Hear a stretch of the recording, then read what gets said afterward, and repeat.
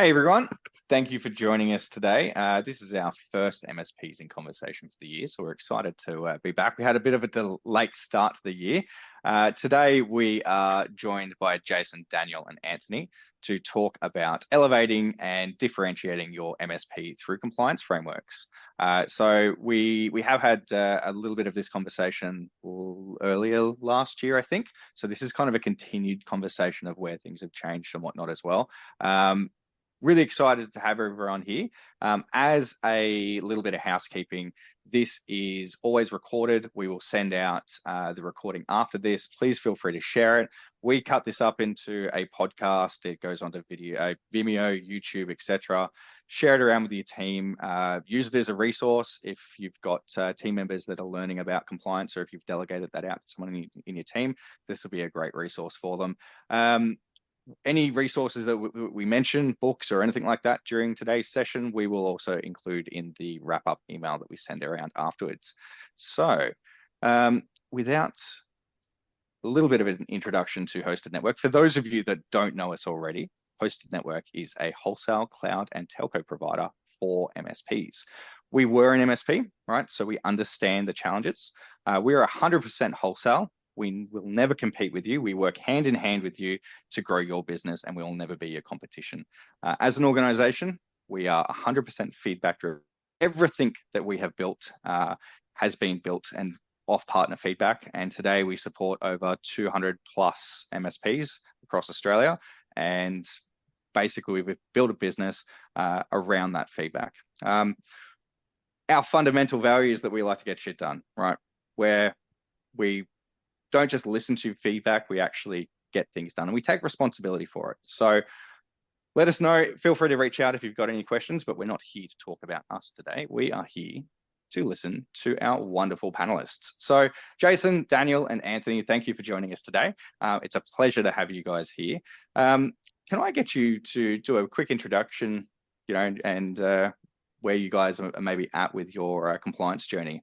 Jason, obviously that's going to be a funny one for you, given that your business, but go for it. Yeah, well, thanks for having us on, Ben. Jason Maricchiolo. It's a long Italian surname, so some people just refer to me as the ISO guy. It's a little bit easier. But yeah, obviously managing director of this company, ISO 365.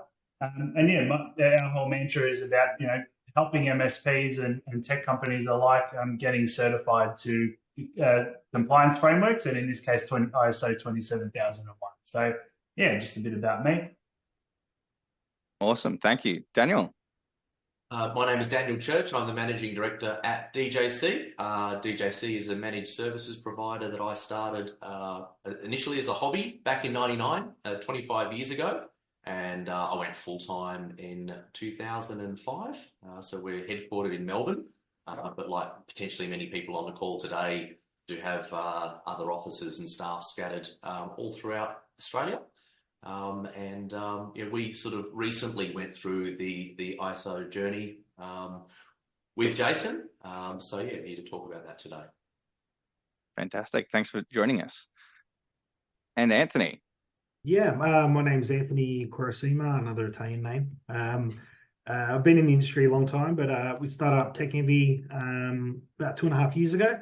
And we focus on clients that, more boutique clients that care about compliance and care about, obviously, in specific industries that might be regulated. So that's where we focus our time on, working with more of a boutique experience sort of customer. We put in our ISO, so we're ISO 27001 and 9001 certified, and that's been about over a year now. So it was one of the first things that I had on my checklist when we incorporated. So yeah, just doesn't matter how big or small you are. It's always a good focus to sort of start off with. Fantastic. Well, thank you guys. I guess from a topic today, if anyone has any questions around the topic, feel free to drop them in the chat. We'll try and answer them as we go. And if we don't get to them, we'll try and follow you up. We'll get those answers to you after the session. But with that, I'll stop my sharing and Jace, would you mind kicking us off with sort of giving us a bit of an introduction to set the tone for us and run us through what compliance frameworks are and why they're important for MSPs. Yeah. So look, compliance frameworks, there's a lot of them out there and everyone's following something different. A lot of the common ones that we hear about, the NIST framework, the CIS, Essential 8, ISO 27001 itself. So there's a whole bunch of them. And I suppose, there's always an underlying similarity between them all. And it's just about where your company or your MSP in this case wants to go and wants to align to. And it helps you govern, the technology that you're using, the information that you're protecting. And in some cases, these frameworks can be certified, and that would be ISO 27001, for instance. Whereas some of the other ones are more of an alignment, and they're very good at what they do. They keep us, the framework itself aligned.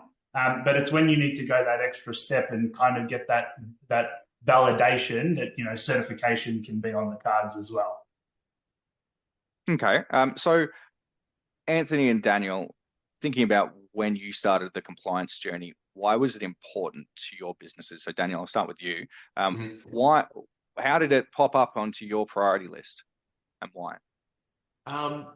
It's something that popped up. We were just having as a leadership group, we were having a conversation about not just, I guess, about the overall maturity of the business, but also looking at the direction that we wanted to go into. And we sort of sat there and went, if we looked at our client mix, we sort of had this today still have this lopsided mix of, a small number of sort of larger clients and then a larger number of smaller clients.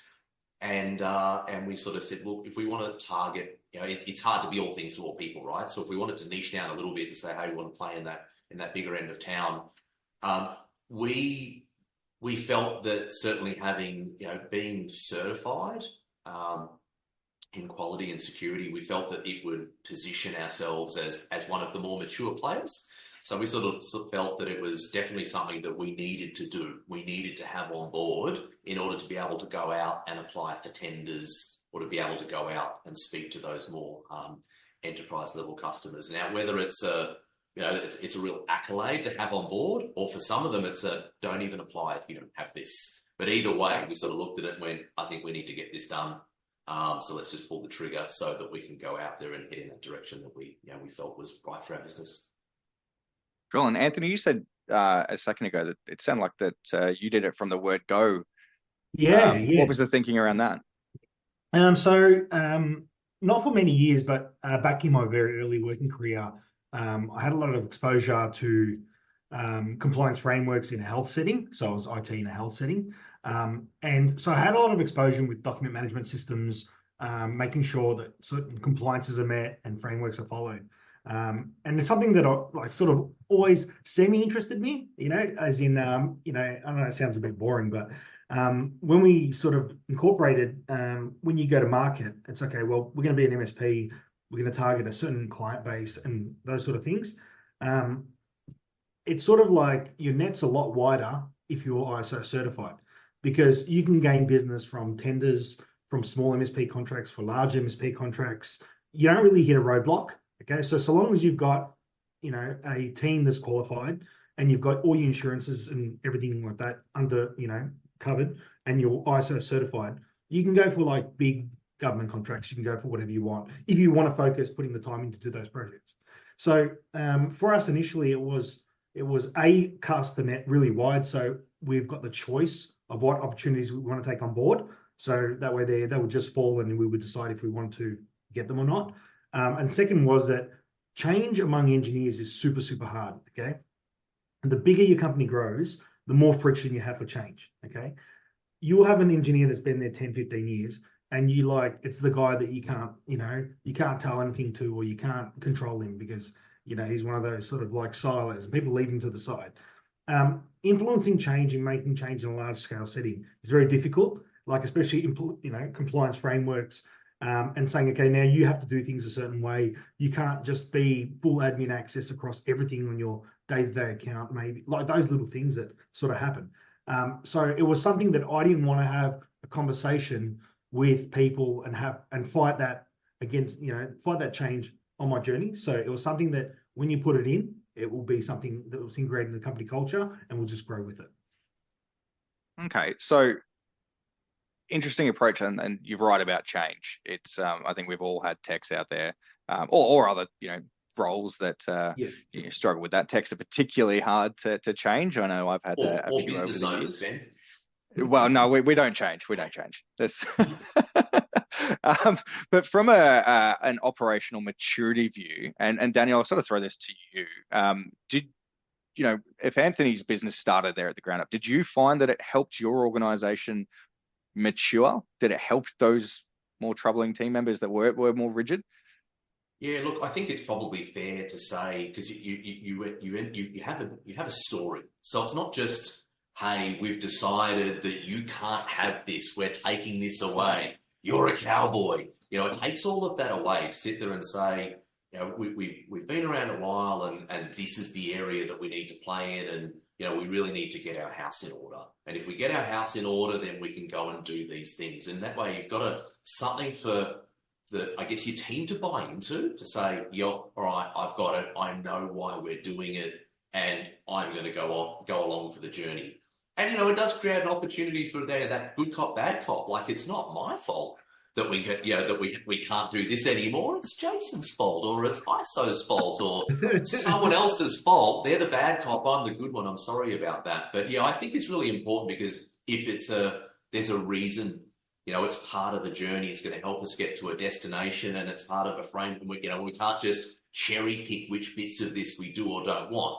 We're adopting 100% of this, and we have to do it a particular way. And your involvement and acceptance of this is not optional.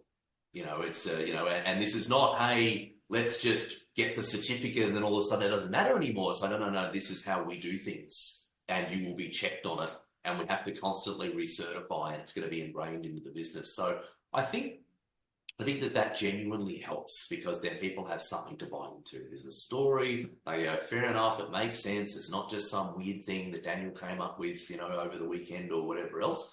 And, and I think you'll find that most people will genuinely buy into that. For my team members on the call, this is why we don't have Ben specials anymore. Ben specials. or as they like to call it, a bit of BS. But anyway. So, Jason, from your perspective, you've obviously come from MSP land as well. And, from what I know of your business, you've actually, you started by doing compliance within those MSPs, right? But the MSPs, you deal with everyone that I know of. Is the story the same? Yeah, it is very similar. So, like, what we do see is that even some MSPs that are, by their own admission, quite advanced, by the time we get in there and we do like a gap analysis, for instance, we always still at a minimum find, 10 to 13, things that can continue to mature that business, right? Even the best ones. So it definitely helps to, increase everyone's posture. There's always gaps that you're not thinking about, because everyone, sometimes they're thinking about the tech side, and the tech side is good, but the people side or the organizational side hasn't been thought about to the extent that it needs to. And so you do have the opportunity, by putting in a framework, to actually assess the whole business and look at it holistically. And then, like I said, we always find something, and those 10 or 13 things that we generally find, they go a long way to securing, those MSPs as well. So I guess two questions. What does the process look like from a high level? Because, perspective, what does that look like, and where do most people start, in your opinion? Look, so I'll talk specifically about an ISO 27001 certification process, because this seems to be something that a lot of MSPs are scared to kind of dive too far into. They from the ones that I speak to, they want to start, really small, and one day in a couple of years' time, for instance, they'll look at ISO 27001. But to kind of look at it from a high level perspective, you need to do your implementation. And so the implementation is about actually meeting the requirements of the standard. And you can do that yourself, or you can do that with a consultant. Regardless of what you do, you need to implement an information security management system, or an ISMS as it's called a lot of the time. Once you've built your system and you think, yep, I'm ready to go, I want to have this looked at, you need to go through a stage 1 audit. And that stage 1 audit is done by an external certification body that you choose. And they'll come in and they'll have a look at all of your documentation. So they're not looking at, your systems, and they're not going to want you to, screen share or send evidence of anything at that point. They just want to make sure that you have a fundamental understanding of the framework. Then once you pass that, you go to what they call a stage 2 audit, and that is your evidence-based audit. So if you say you're doing something over here in your mobile device policy or your acceptable use policy, they'll want to see that you're actually doing that in that audit, and they'll write you up an audit report and all of that. And then once you finish that, if you're successful, you'll be recommended for certification, and that's where you get your certificate. That's usually where everybody jumps around and celebrates, and then kind of goes off and does something else for the next 6 to 8 months. Unfortunately, what does happen, and this is to keep the framework, to keep the integrity of the framework, every 12 months, auditors will come back and they'll do a surveillance audit. So you will go through that stage 2 audit every year, if you like. It's just a cut down version. And they'll make sure that you are continuing to do what you say that you're doing. And that's where a lot of people tend to come unstuck if they've put it in for the wrong reasons, right? And so, that's a very high level overview of what of an implementation certification process would look like. Okay, cool. And I guess, we've touched on Daniel's and Anthony's, the changes that they did. Well, I guess Daniel's changes, but what is the common change that you see amongst MSPs that you've engaged with? Is there a kind of a trigger point that most of them should be aware of? Or is it Yeah, so if you're talking about those gaps that we tend to find, I'll talk about the 2 biggest ones that tend to be not so much a sticking point, but it's more work versus less work. MSPs that don't have any form of application control it's actually quite a big thing. So whether they're doing that by software or by a platform or any other way, application control is a pretty big one. And the next one, funnily enough, I think Daniel said it earlier on, is around the local admin access or privileges that our techs are used to having. So if we're running an MSP where it's kind of, as I like to call it, the old way, that can be something that you need to talk to your team about to actually be able to rein that back in, because that is a gap or a risk that we generally find is quite a hard one to overcome sometimes. Change is always good with techs in general, right? As we've said. Cool. Okay, so we touched a little bit on the high level process, and if anyone's got any questions in the chat or anything, feel free to drop it through, and we can try and answer them as we go. But I wanted to jump into, we've covered a little bit of kind of the beginning stages of it, the what and the why. What are some of the improvements? We've talked about operational maturity. What are some of the other improvements that you, Daniel and Anthony, saw across your business? And Jason, feel free to chime in if from what you've seen in other organizations as well. But Anthony, I know that you've ran or worked a senior role in a previous MSP before starting your own. What did you see that in that sense as well? So the framework of ISO is good because it's basically also focused around risk management and continuous improvement. Okay, the 2 main areas. Continuous improvement is one that in my whole working career, I always sometimes see it a little bit hard to manage. So a lot of people come up with really good ideas in the business, and they always have like good ideas. And then what do you do with those ideas? Where do you put them? And how do you action them? Those kind of things. So sometimes they just like, if a junior person comes up with an idea, you might remember it at the next meeting and might put it on a list to do at some point. Or you might say, oh, you just email me, then you forget, that kind of stuff. If we have a continuous improvement register where people can, submit ideas to that, where they can submit ideas, why it's important, those kind of things. We have a fixed meeting that we attend that we talk about continuous improvement ideas, and they get rated high, medium, low, and they get prioritized. And that whole stack can get put into different deadlines and timelines. And some things might not be a good idea, so they don't have to live there forever and say, okay, well, that idea was, that idea cannot proceed. It doesn't mean you have to do everything. But it means there's a central spot to capture all those sort of items and process those, which are great. And being a small business as well, especially initially, you do have a lot of risks. Things like, you're starting off a business and you think, okay, well, I forgot to do this and I forgot to do that. Risk register is great to throw all these things on there because you've only got a limited amount of horsepower, especially when you're starting off. We don't have that problem now, but we did initially. So having a central spot to put all our risks in and say, let's target this top 3 in the next couple of weeks. And then you start chipping away at those things, your company's improving and being de-risked. So, that fits any business model from 5 staff to 500 staff. Everyone wants to get better and at a lower risk rate.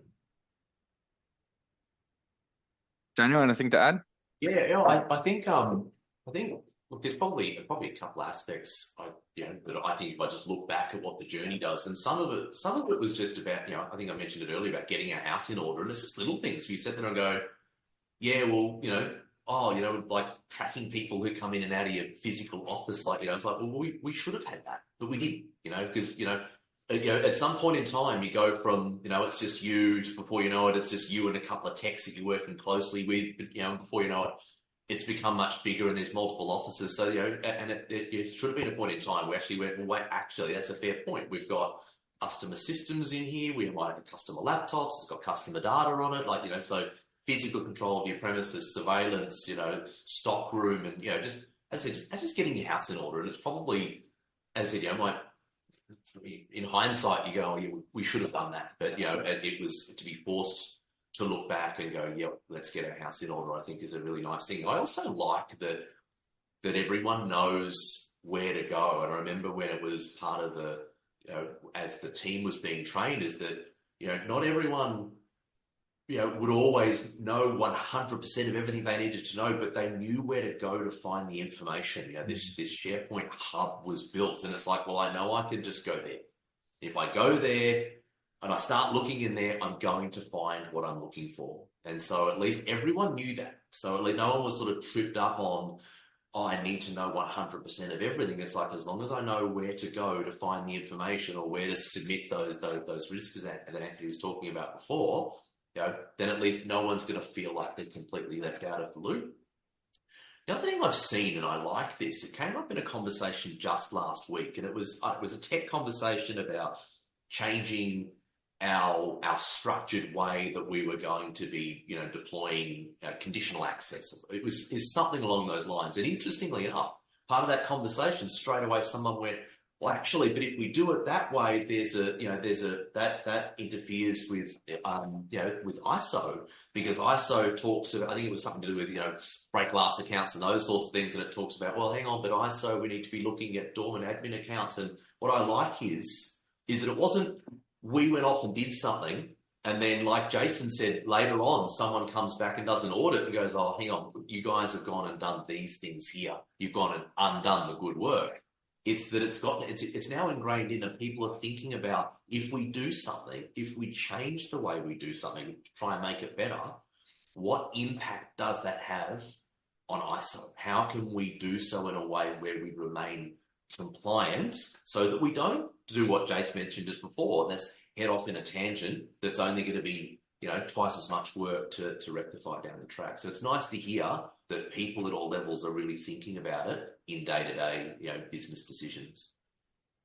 Yeah, it's my COO Luke. He calls it the guardrails, like when you're going bowling, to make sure that Bumpers. people are thinking bumpers. That's it. Yeah, kind of getting them, if they are going to think, they know how far they can go before they can need to sort of get steered back. Yeah, it's a challenge, but I like that about the thinking part as well, right? Because it does encourage that, especially when your business is growing and you want your team members to start being a bit more self-sufficient. It gives them that a little bit more autonomy. Cool. Okay. So let's move a little bit on to sort of new business growth. All right. So you've both mentioned sort of verticals, niche, government, sort of those sort of works. Did you find that it helped you attract new business? And was the client that you were attracting, if it did, was it the same? Was it different? Yeah, I'll start. Yeah, so yes, so we've done quite a few, taken over some, clients on an MSP engagement and also project engagement that has used it. So one big one that's always talked about, it's not super highly regulated just yet, but there's like private finance. Okay, people are holding a lot of usable, identifiable information. Okay, so there are a lot of stuff on record. There's a lot of access controls in place that aren't fully regulated in certain industries, but they want their IT company to be regulated. Okay, so for example, in those clients, we get involved. We understand what the insurance companies are going to ask on their questionnaire to charge them a premium, because those insurance policies that they usually ask a big questionnaire about are directly mapped back to controls and things like ISO and frameworks. So when you are filling out insurance paperwork and you're saying, yeah, we've got these controls in place, we don't have these controls in place, we know what's going to affect the premium and what's going to affect coverage. Is there security awareness training in place? Do people have certain documentation about changing bank account numbers? When someone sends an email through and says my bank account's updated, has it had a second verification? We know that insurance policies won't cover you for social engineering. It's excluded if you don't have those sort of things. So these are the things that you get to learn as part of that framework, how it maps back to insurance, how it maps back to actual physical companies, and how they use it within their companies, not just for ourselves. And then obviously the clients being, very, they're feeling at ease that we're obviously certified. That's an important one. We have another company that's been mandated that they must become certified. So we have a client that we won because they have to be certified by a certain date, otherwise they lose their funding. That's it. See you later, no more funding. And so for them, it was a scramble to the market. And their current IT company isn't certified. So they don't have the skills to lead them through the journey of becoming certified and aligning all their systems and engaging with all these extra additional controls that are required outside ISO. But if you already have a lot of experience in one framework, you're certified the one framework, you know how the frameworks work. So you can pick up another framework, grab some items, document it, you know how to navigate those things. But you have to have gone through that journey yourself. Otherwise, you really don't know, until you get, into the nuts and bolts of it. From actually talking to a customer the other day around, they had an electrical contracting client, so an MSP, and they were being forced because they dealt with particular government installations, and they were like, "Cool, you're dealing with government, even though you're doing our Sparky work. Yep. You now have to comply." We have the same one. We have one that requires four certifications, and obviously to support them, we have to know exactly what's going on. So it's the same sort of thing. These things are being pushed out across the industry, and it's not just like, oh, I want to be certified because I want to do a good quality job or be more secure. It's like there's people looking at their supply chains and mandating this in a lot of places, and people are losing business because of this. We're certainly seeing, if I was to think back over the last few years, it might have been something where for new business, it might have been something that was an extreme at one point in time where you sat there and went, oh, gee, they're asking for that, or do they need that? Or, over time, we've seen it creep in more and more and more. So, and I'm also seeing it, I guess, come down, the chain a little bit. So where it might have been maybe, something very much in the enterprise space, they were asking it, you'd say, oh, that makes a lot of sense. But I'm seeing it come down where smaller businesses are now making it an expectation. And, and they're just, whether they have a compliance reason, like Anthony was talking about before, whether they're required to have it, or whether someone's just decided to make it an inclusion to, I guess, maybe weed out some of the less mature businesses. I don't know, but certainly the frequency of it being a requirement in order to be able to speak to someone about being one of the respondents for a request for price, or to be able to submit a tender in. We're seeing it more and more and more these days, and I would expect that to continue certainly over the next few years. Yeah, I think that's a given with everything that we see in the news and everything else. Jace, from the industries is there any specific industries that you're seeing more heavy regulation around? Yeah, that are driving it? Yeah, like Daniel kind of said before, 10 years ago, maybe 8 years ago, you could say that this was a very, very high bar to reach. And, it was only the top end of town, for instance, that were, really getting it. And you could get by saying, no, we're not certified, or, we're aligned, and everyone kind of, not so much turned a blind eye, but it wasn't as regulated as it is right now. And so from what we're seeing, besides MSPs themselves being asked by insurance providers, even their existing clients, asking their existing clients, and the pressure pushing up into the MSP saying, hey, we absolutely love you, but we can't continue to work with you unless you guys do something about this. This is a real story. And so, our primary focus obviously is on MSPs. It's what we call the defensive ROI. So, we just spoke about growth and new opportunities. That will come, right? There's no doubt that will come. But we talk about the defensive ROI, which is keeping your existing client base happy, saving that MRR, making sure that doesn't disappear because they've gone, from you to someone else, even though they love you, but they just actually can't continue to work with you. Outside of the industry, managed services space, I see a lot of financial or wealth management. They tend to be the next ones that are coming through the ranks, and a lot of the MSPs have clients that are in finance and wealth management. And so it's almost, chicken before the egg situation where, some of their clients are getting themselves prepared, but then the MSP's behind the eight ball because, they don't know what to expect because they haven't gone through this themselves. Whereas the ones that have gone through it, they're having awesome conversations with their client base around, hey, yep, we've been through this. We know exactly what it's going to look like. Rest assured, we're going to help you on the way through. So yeah, look, any industry that is dealing with a lot of PII, personally identifiable information, any one of those, if you're holding on to that kind of info, I would say to expect that you're going to need to get certified or at least look at it in the next 12 months, because I can just see it's going to become the ticket to play in some of these spaces. Yeah, interesting. I wonder if as an idea, guys on the line, guys and girls on the line, that looking at that sort of risk profile of their existing customers and actually starting to ask that question, if you're having, Anthony, you touched on the whole, having better business conversations, all of a sudden we're talking about IT, but now we're starting to talk about insurance premiums, and everything that we're doing is reflecting that. So understanding where your client is going to sort of help build that business case internally as well for you, to really think about what Jason, you're talking about is retention, right? Is looking at how you can retain that existing revenue so you don't necessarily have to go and replace it with something new. With that in mind, that retention piece of it, Daniel, I'll start with you. How have you guys used your compliance piece of it to show more value to your clients to help with that retention? Definitely a very proud moment when we received that certification.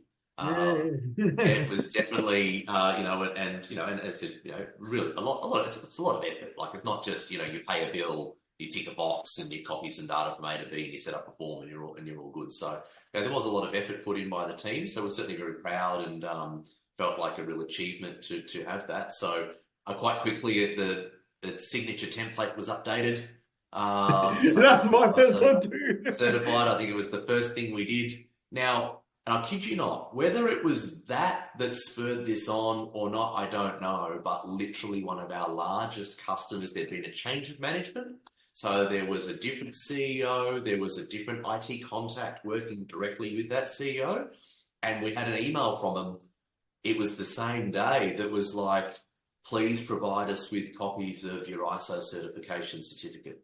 Now, as I said, whether they saw it and thought, let's make sure they've genuinely got it, or whether they just expected that we had it and we just snuck that through, doesn't matter, because the upside is that we were able to respond straight away and go, there you go, here it is. So Yeah. that felt really good. It felt really good for someone to say, I'd like you to confirm that your house is in order, and for us to go, here's a certificate that says just that. The other thing that we've noticed is some of our customers, well, see, they're thinking about going on that journey as well. So therefore, they will sit there, they see it in the signature, and they go, oh, so you guys have done that. Let's talk about, talk to us. What was that like? What's the investment like? Which route did you go? Because some people hire in, part-time bodies to sit there and help them do it all. Some people engage businesses like ISO 365. So they're asking that. And of course, the upside to that is that you are having a stakeholder-to-stakeholder mature strategic business discussion. And they're asking you for input on that. So that's a nice dynamic. I guess it demonstrates that, hey, your businesses are in similar places, and maybe in this particular instance, you just happen to be one step ahead of them. I would imagine that would lead to, that one time where, I don't know, a tech dropped the ball or didn't get the ticket fast enough, or they closed it too quickly, or, whatever. And, and there was that little niggle there, it becomes irrelevant in the big scheme of things, where they go, yeah, but I feel like, these guys are, they're on top of their game. They're doing similar things that we think we need to be doing. We're having these mature strategic conversations. We're not talking about just how we can keep the lights on. And I think that solidifies in their mind that they're dealing with, ultimately a good operator. And I think that's important. But I like that it has sparked the customers saying, we were thinking about this, or we're about to do it. Can you talk to us about what that journey is like? I think that's a really nice position to be in. Being that thought leader, right, as well. Yep. Providing that extra value. Anthony, what about you guys? Is there anything that you do that's part of your secret sauce that you're okay sharing around how you use frameworks? We try and run everything highly standardized. Or we do run everything highly standardized as much as we can. So our product, like we go to market with an MSP product like all the other MSPs. Okay, our MSP product is turnkey 27001. So as an example, if you're a customer and you come on board, the only thing you're missing is documentation and the user training, and users doing the thing that they're saying to do.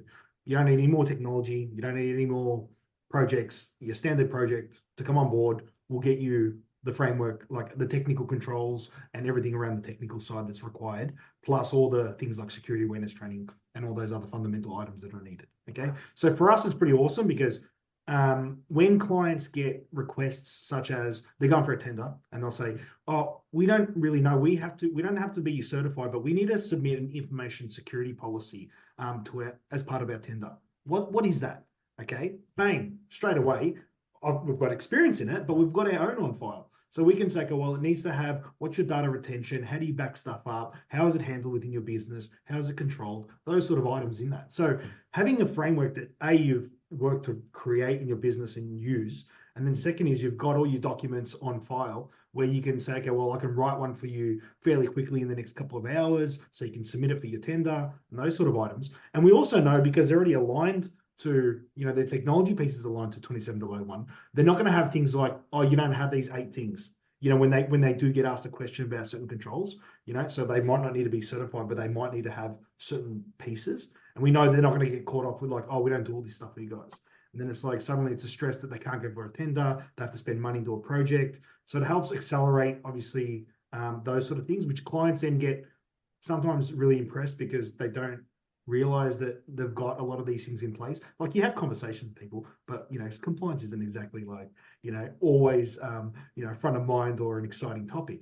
So when the client goes, I'm going for this tender, I don't know if we have the stuff, then bang, you've got everything for them, you've got all the questions answered, they know. They're like, you guys are amazing, like that, awesome, now we can go for this tender that we didn't think we could go for, or it's going to be a lot easier than we thought. So they're the things that we've experienced that has been a good moment where you feel, like we've got our stuff sorted. Get to make them look like the hero, right? But yeah, exactly, and that's all it's all about. So Ben, there's one more thing I want to add to that as well, please. Because we talk about the clients asking and satisfying client requirements and all of that. The one piece that no one really thinks about is our staff as well. So everyone You has beat me to the talent. next question. You beat me to it. Okay, there you go. Maybe you ask it if you let me answer it. Oh no, Look, go on, yeah, go on. yeah, no, all I was going to say was we've all got talent and we've all got techs and people that we can't afford to lose, and we know how hard it is to recruit. Keeping your team satisfied and keeping your team interested and keeping them aligned with where the business is going. We see a lot of the engineering and a lot of the tech side get really excited when leadership goes all in and says, "Hey guys, we're actually going to do this." Right? We're committed. We're going to throw some resourcing at it, and we're going to get this done. It really helps on the tech side as well, and it keeps your people happy because they want to work for the best. They don't want to just be getting by. So for me, it's really important not only to retain clients, but also to retain staff as well. So adding to that, one of our most popular session MSPs and conversation sessions that we've done is actually on how to build a great team, right? And we've actually done two different sessions on it. And one of the big things that with hiring staff is their onboarding experience, just like onboarding a new client, right? That when you bring a staff member on board, and that's something that we've found is that it's helped improve that piece of it, is so that they're coming into our organization and we're looking like we know what we're talking about, kind of thing, right? We're able to provide that structure and whatnot, and I find that that's really helped us in our business as well, and that leads to that retention of staff. So if anyone wants to sort of check that section out, check out our event section on our website. It's a recording on there as well. We've got a question from Lyndon. Are the clients that we're talking about, are they typically larger organizations, or are you finding that smaller service providers need to have this for supply to government or even any business? Anyone want to take that one? Yeah, mine. So we've had, it's a very small amount of ones that sort of have these conversations with. They might be at that, say, 15 seat mark. Okay. And that's like, again, around financial services, legal maybe, and those law firms, small law firms, small, people that do wealth management, those kind of things, you might be looking at the 15 seats. But on average, you might have other companies, all fall between the 25, 30 and up. Okay. So, we don't look after, humongous 5,000 seat enterprises, those sort of things. But like 30 and up, because at that stage, they've got a team. And depending on who they go for, like, I think, Ben, you mentioned it before, like electrical, specifically electrical. We work with actually a handful of vendors, and the deals that they work on are for, do require them to be certified. So, and those electrical places aren't going to be huge. They might be 30 seats or something else like that, but they need to have all their shit in order to be able to deliver these projects. So it's not really just that the company could be 5 users. If they handle valuable data and they're going for government stuff, they'll need this look. So it depends on how mature the client is and what services they're providing or saying they're providing. I'll also add that supply chain. If I get it in there. Sorry, Ben. Yeah, just to reiterate, I think I saw Lyndon respond and go, so relevant to the SMB. I'd say absolutely 100%, because it's not just the hundreds and hundreds and hundreds of seat enterprises. It's now we're seeing a lot of those questions coming in sort of, could be the 35 to 60 sort of range. I haven't seen it, but you can understand what Anthony's saying. If it might be a smaller organization, but there's a requirement there. So it is 100% coming down in the size of the organizations, and I suspect it would continue to do so. So therefore, absolutely relevant relevant for an MSP to remain relevant moving forward. Yeah, I think to back it all up as well with just one sentence that I've been saying: size doesn't matter anymore when it comes to this. And we're talking about Sparkies a lot and electrical contractors on this call. I mean, for the longest time or for forever, they've needed to comply with the AS3000, right? The wiring rules. None of us would hire an electrician, even if they were a solo operator, one A-grade electrician, if they weren't doing their installations to the AS3000, right? And so I know it's a safety thing with that. And also, you want to make sure that everything's going to work. But, in our industry, in the MSP space, this is going to come, because when we're talking about PII, and information, okay, it might not be life and death, but it's definitely financial ruin. So, size definitely doesn't matter anymore. I think we've gone through the last 10 years of it being a size discussion, but for me now, it's definitely the path forward. Okay, so I think that one of the things that we're talking about here is that supply chain piece of it, right? MSPs are part of the supply chain. And if we think of that, electrical contractors. So I think the way that we've often thought about it, the government's telling this organization or that particular piece of it, that flows down. Right. Yeah. So we just had a comment here from Aaron. If you're dealing with not-for-profits, they're going to have compliance regulations, and those compliance rules are going to say that the people that you deal with also have to be, that supply chain also has to be compliant. So have a think about those clients from a risk perspective as well. That might also build a bit more of a business case internally that you can not only retain, but potentially use that as a launch point to actually drive greater revenue from some of those accounts as well. It's a really good conversation to be having with those accounts if you're running things like QBRs and things like that as well. In terms of the smaller guys though, what are some of the things that we can do to sort of manage the cost and the resourcing compliance? Daniel, you touched on that it's a big project, but Jace, what does that look like? Is there things that we can do to lower or lessen the burden? Yeah, so it kind of goes back to what Anthony was saying earlier on about doing it when you're smaller. In some cases, can sometimes it can have a lot of benefits, right? One being that your environment might not be super complex or as complex than it would be if you had 30 or 40 or 50 staff. Now, obviously, we can't go back in time and do these things when we've only incorporated the company, which is fine, right? But it's just important to start somewhere. You don't need to go and jump into certification straight away. You can, speak to people in the industry that have been through it, find out what their biggest gaps were and see if you also have those same gaps. I speak to vastly different sized companies, MSPs specifically, and, a lot of the smaller ones actually have more stringent controls, maybe because they spun up sooner, maybe because they've had more time because they're smaller. But those are the ones. Some of the smaller ones are actually ready to go through their certification process, and then you've got others that have been around for a lot longer, but just have not had the time or spent the time focusing on increasing their security in some of those aspects, and so they're actually further away. So all I would say is, if you want to have a look, you got to do a gap analysis. You got to figure out where you are realistically in the scheme of things, because there's a lot of smaller companies that are there or thereabouts, and they just don't know it. They're scared of the process. Yeah, gets pushed to the back of the mind, right? But I like that comment that I actually wrote this down, that small is often less complex. Right. So not only that, but if you don't have that process in place, well, your team aren't having to change, having to fight that change process like we touched on earlier on. So that's definitely something to think about. I've got a question here that, and I've heard of this before as well, that you can be ISO aligned to the ISO standards, but not compliant. Is that a thing? Yeah, it is. It's definitely a thing. The boys might have some different things to add to this, but from my perspective, anyone that says they're aligned, I always do question whether or not that it's a self-assessed alignment, because at the end of the day, no one is actually coming in and assessing this thing to provide you a certificate.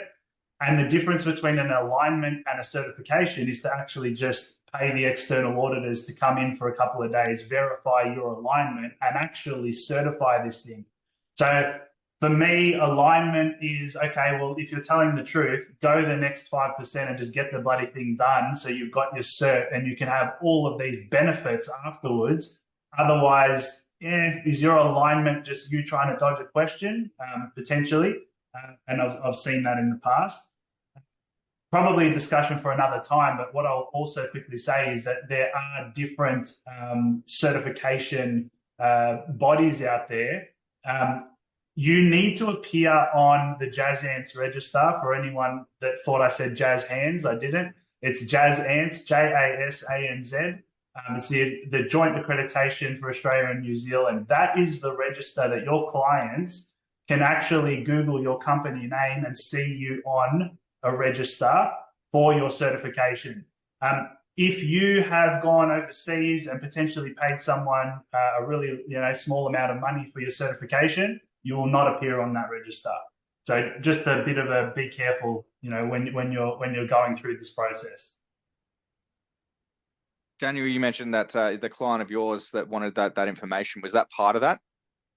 I think that was just I said, I just think that was sheer luck, and I just think that's probably been a great thing from a retention perspective. And I just coming back to the resourcing, I think Jace mentioned it before. Just one thing I thought I would share is there was a point in time where we said, yes, we're going to do this, but we can't start it till September. And it was, and I remember it was something that we were discussing with Jace. We wanted to commit to him. We wanted to be on the list and we wanted to be in the queue. But we looked at the workload of the commitments that we had. And I think it was a range of some internal stuff we had going on, some professional services engagements that we had. And so it is important. I mean, Jace mentioned, you need to resource it appropriately. There is work to do. Clearly, you've got 3 businesses on the line here. Or Jace probably is certified as well. So clearly it's not impossible to do, but it's not just tick a box, and it's done. There certainly is some work to do there. So I think that the buy-in from the business, making sure it's resourced appropriately. So whether that is leaning on contractors where appropriate, or alternatively looking for quieter times of the year, or not queuing up so many projects or whatever else to be able to have the resources available.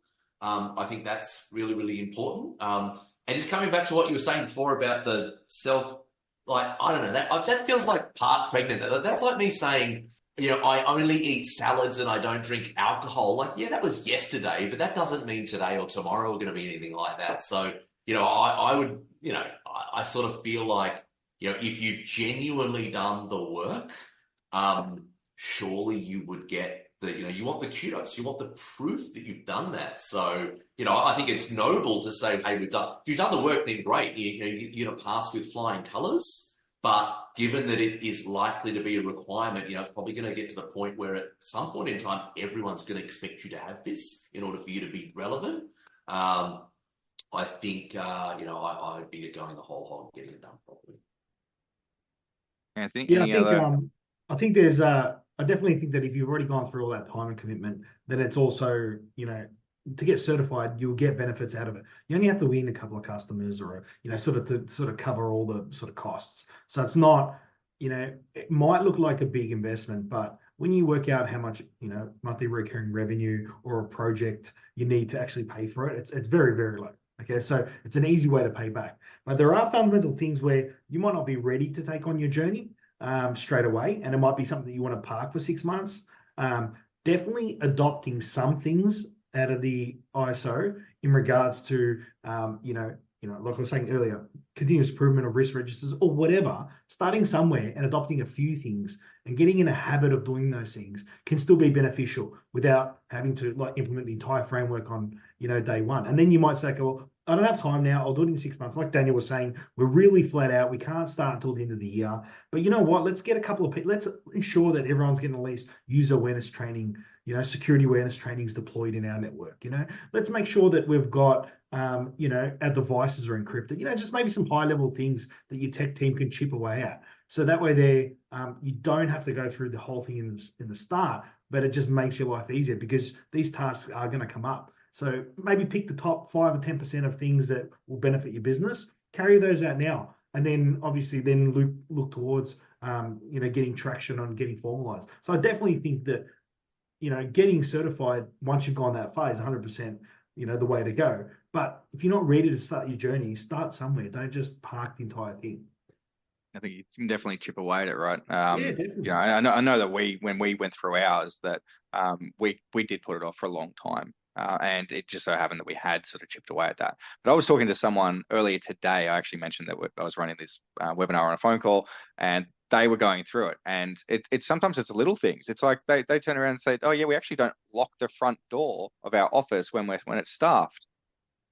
but then someone can walk in. So it's like those little things. They're not huge they just lock the front door. Like it's a little kind of improvement. All of a sudden you're ticking one other piece of it, right? So, it is a journey. It doesn't have to be done overnight, but I definitely think that everyone should consider that retention piece of it as well.